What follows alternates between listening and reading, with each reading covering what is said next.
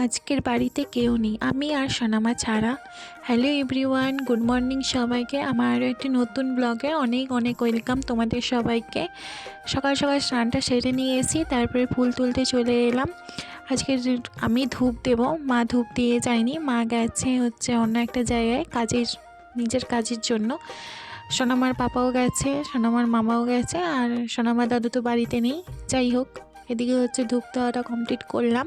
তারপরে হচ্ছে সোনামার ফিডিং বদলটা গরম জলে ধুয়ে দিলাম। তারপরে সোনামার জন্য খাবার বানিয়েছি, সেটা ঠান্ডা করতে দিয়েছি।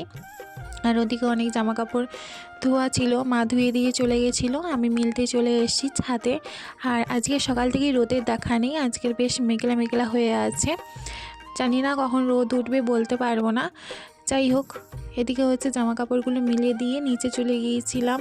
তারপর অনেকক্ষণ বসেছিলাম, সোনামা ঘুমিয়েছিল।